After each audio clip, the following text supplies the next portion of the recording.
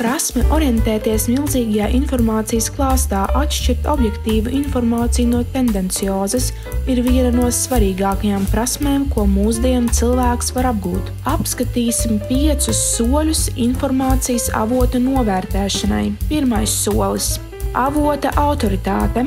Pārliecinieties, ka avots ir pietiekami kvalificēts, lai runātu par konkrēto tēmu, kā arī, ka materiālu veidotāji ir pietiekami iedziļinājušies tēmā. Otrais solis – avota precizitāte. Pārbaudiet avota precizitāti, vai sniegtā informācija ir patiesa un precīza. Trešais solis – avota atklātība. Pārbaudiet, cik pārredzams ir informācijas avots. Vai tas atklājas sava darba metodes un informācijas avotus? Pārliecinieties, ka žurnālisti un citi satura veidotāji, radot saturu, rīkojas profesionāli un godprātīgi. Ceturtais solis – avota objektivitāte. Pārbaudiet, vai avots nav subjektīvs un neaizstāv vienas puses viedokli. Piektais solis – avota aktualitāte. Pārbaudiet, vai publicētā informācija sniedz jaunākos faktus par konkrēto tēmu.